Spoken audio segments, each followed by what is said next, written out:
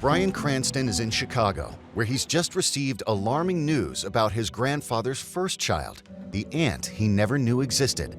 Oh. This is a death certificate for Kathleen. She died of tuberculosis, pulmonary tuberculosis. So she was 16. That's sad. A 16-year-old. This is the first moment where I have an emotional reaction to it, where we're on the trail of finding her and hoping that she had a long life, and we realize she didn't have that at all.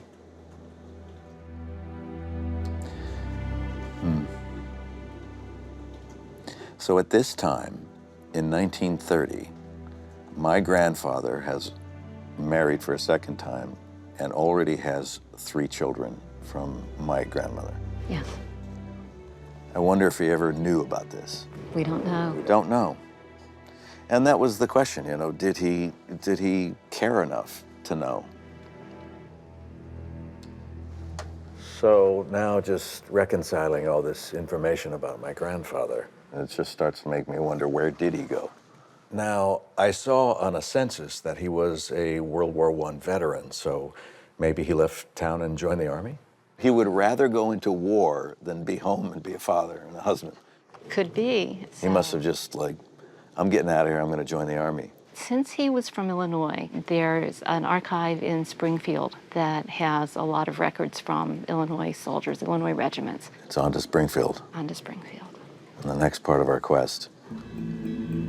It was all very kind of analytical until I saw the death certificate of Kathleen.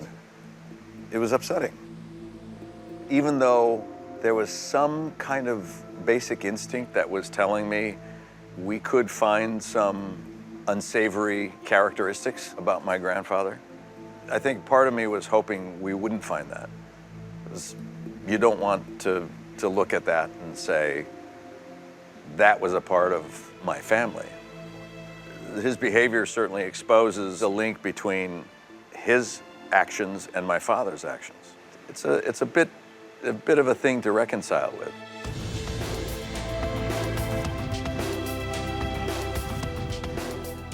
I hope to find out a little bit more about what happened to him. Did he ever contact Irene? Did he ever send money or any kind of show of support for Kathleen? Or was he completely absent? So here at the Illinois State Archives, they have some of the only documents that might actually tell us anything about your grandfather. Now, a lot of those World War I records were destroyed in a fire here in Illinois, but the good news is that your grandfather's record was not. Oh, cool. We were able to find his application for a soldier's bonus right here. What do we got here? Enlistment record. Look, it's singed. Yes, yes. Oh my God. So only about 20% of the bonus records actually survived the fire here in Illinois in the 1930s. Edward B. Cranston, grade private, enlisted or inducted? Exactly, and that's been crossed out. Why was it crossed out, do you think? That means he wasn't inducted, meaning he wasn't drafted. Wasn't drafted. That he volunteered. So he volunteered July 7th, 1917. The United States doesn't enter the war until April of 1917. But just a couple of months after that, your grandfather enlisted. Enlisted, yeah. So now, by looking at this, we can actually see what he did when he was in the Army. Edward Cranston, private engineers, unassigned, Company D. The engineers would have been involved in some of the dirtiest and heaviest work of the war. They would have been doing construction, they would have been digging trenches, that kind of heavy work. And it was also could be really dangerous work, because sometimes they would send the engineers out ahead of the rest of the army. And so he might have been out very possibly in front of the other soldiers, facing fire from the Germans in the other direction. Wow. Knowledge of any vocation? Actor. Now this I didn't know. Yeah. He was an actor. Who would enter that profession? It's awful. So there's something here that I kind of went through that I want to go back to just a second, because in this enlistment paperwork, he's listed as single. Yes. Now this is not true. So he is an actor. That's what he told them.